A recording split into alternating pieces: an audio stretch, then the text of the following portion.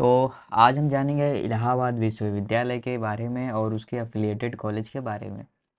तो चलिए वीडियो को स्टार्ट करते हैं। अभी तक लाइक नहीं किए हो तो लाइक कर दो भाई, और चैनल को भी सब्सक्राइब कर दो। तो एफिलिएटेड कॉलेज के बारे में आज हम बात करेंगे इस वीडियो में, और कैंपस के बारे में। कैंपस का भी प्रोसेस बताऊंगा और एफिलिएटेड कॉलेज का भी प्रोसेस बताऊंगा। इसमें एडमिशन कैसे होते हैं, फ़ीस क्या होती है, कैटेगरी, सब कुछ पहले इस वीडियो में हम लोग जान लेंगे कि इसका एफिलिएटेड कॉलेज कितना है, इसका क्या मतलब कैसे एडमिशन होता है, बस इतना ही बताऊंगा। और एक एक करके सभी वीडियो में बता दूंगा, सभी कॉलेज के ऊपर एक एक वीडियो बना दूंगा कि इसमें एडमिशन कैसे होता है, फ़ीस क्या होती है, काउंसलिंग कैसे होती है, एग्ज़ाम पैटर्न क्या होता है, इसका सिलेबस क्या रहता है, सब बताऊंगा। एक एक करके सभी कॉलेज के ऊपर मैं वीडियो बना दूंगा। तो सबसे पहले हम समझेंगे इसके बारे में कि क्या मतलब कि यहाँ पे जो है एफिलिएटेड कॉलेज के बारे में, कौन सा बढ़िया कॉलेज है, कौन सा क्या है, सब बताएंगे। तो नंबर वन पे आता है आपका इलाहाबाद डिग्री कॉलेज, जो कि एक एफिलिएटेड कॉलेज है इलाहाबाद यूनिवर्सिटी का, एडीसी जिसको बोलते हैं, इलाहाबाद डिग्री कॉलेज। सबसे बेस्ट कॉलेज माना जाता है ये Allahabad degree college Allahabad university का।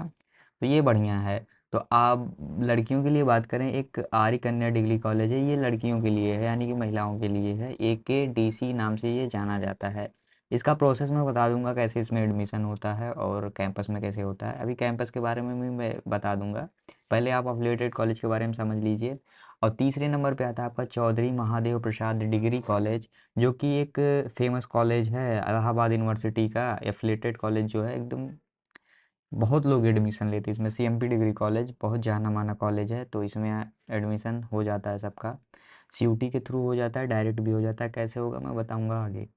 तो ये चौथे नंबर पे आएगा आपका इविंग क्रिश्चियन कॉलेज। ये भी एक अफिलिएटेड कॉलेज है इलाहाबाद यूनिवर्सिटी का, लेकिन इसमें जो रूल होते हैं सब अपने मर्जी से चलाता है। लेकिन इसमें जो प्रवेश होता है इसमें, यानी कि एडमिशन जो होता है और रिज़ल्ट जो आता है, ये इलाहाबाद यूनिवर्सिटी के ही रूल से आता है। लेकिन बाकी जिसका जो जो भी रहता है, जैसे सिलेबस वगैरह जो भी होती है, ये सबसे अलग होता है। इसमें एग्ज़ाम पैटर्न वाला भी जो सिस्टम होता है, ये इविंग क्रिश्चियन कॉलेज में सबसे अलग होता है। तो ये पाँचवें नंबर पे आता है, ये भी गर्ल्स के लिए है, हामिदिया गर्ल्स डिग्री कॉलेज। इसमें कुछ कोर्सेज कम हैं, लेकिन ये सबसे बेस्ट कॉलेज है लड़कियों के लिए, गर्ल्स के लिए सबसे बेस्ट कॉलेज है हामिदिया गर्ल्स कॉलेज जो है।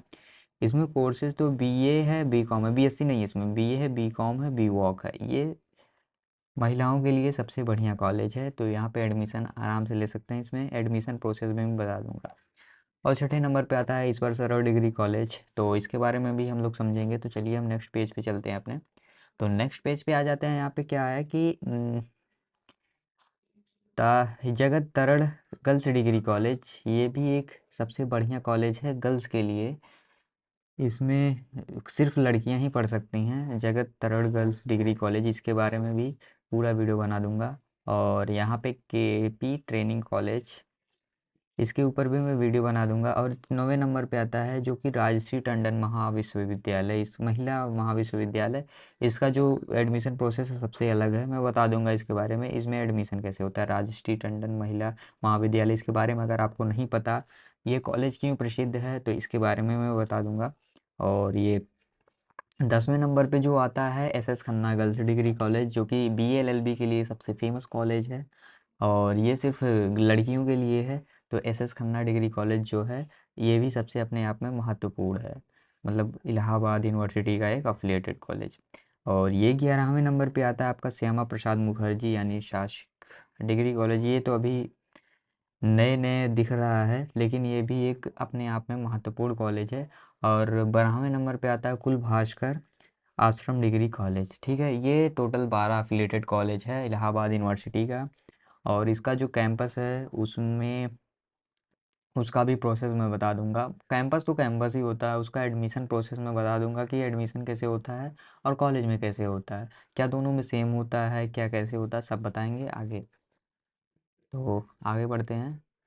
आगे यहाँ पे बढ़ते हैं, तो यहाँ पे एडमिशन जो प्रोसेस होता है यहाँ पे कैसे होता है, यहाँ पे डायरेक्ट होता है या फिर मतलब इसमें क्या क्या ही होता है, डायरेक्ट होता है या फिर CUT से होता है, सेल्फ एंट्रेंस।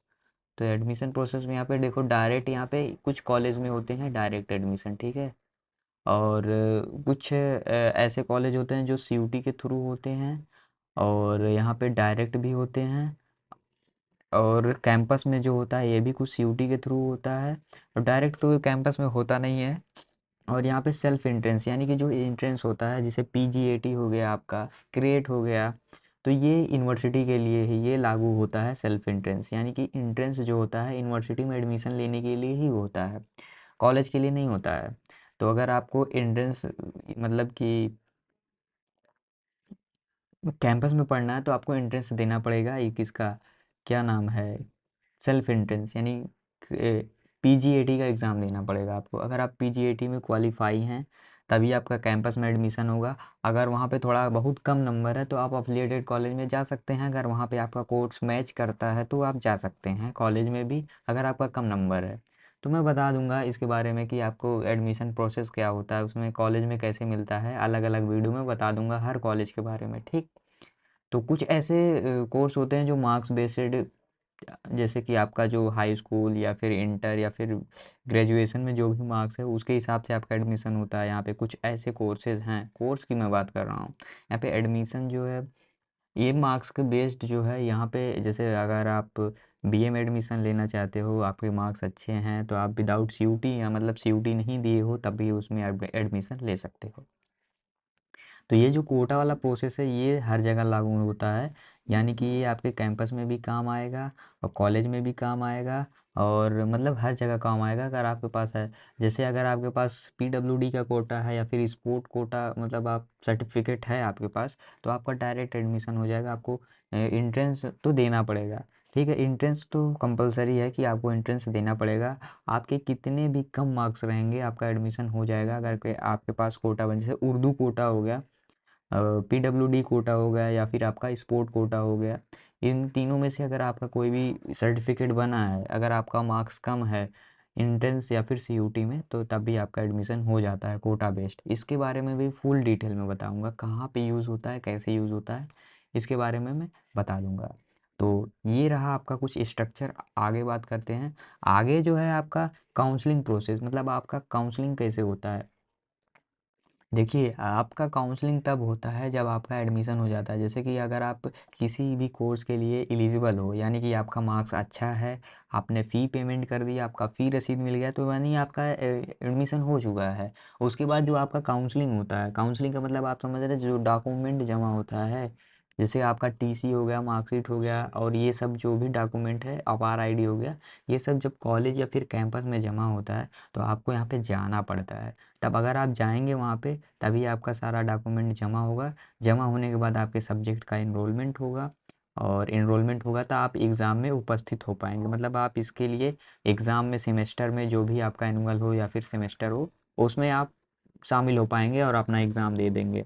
एग्ज़ाम देंगे तो आपका डिग्री मिल जाएगा। तो ये थी पूरा प्रोसेस आपका। अगर आपको कहीं भी डाउट अब भी है तो आप कमेंट कर दीजिए। कमेंट करेंगे तो मैं आपको समझ जाऊंगा कि हाँ यहाँ पे डाउट है, तो आपको अच्छे से एक्सप्लेन कर दूंगा। कोई भी और समस्या आती है तो आप क्या नाम है, इंस्टाग्राम पे जाएंगे, वहाँ पे सर्च करेंगे इलाहाबाद यूनिवर्सिटी पेज, ये सर्च करेंगे तो वहाँ पे आप अगर मैसेज करेंगे तो आपका सारा रिप्लाई मिल जाएगा, कोई भी डाउट रहेगा सब मिल जाएगा। तो इस वीडियो में इतना ही, मिलते हैं किसी और वीडियो में, तब तक के लिए धन्यवाद, बाय बाय, टेक केयर।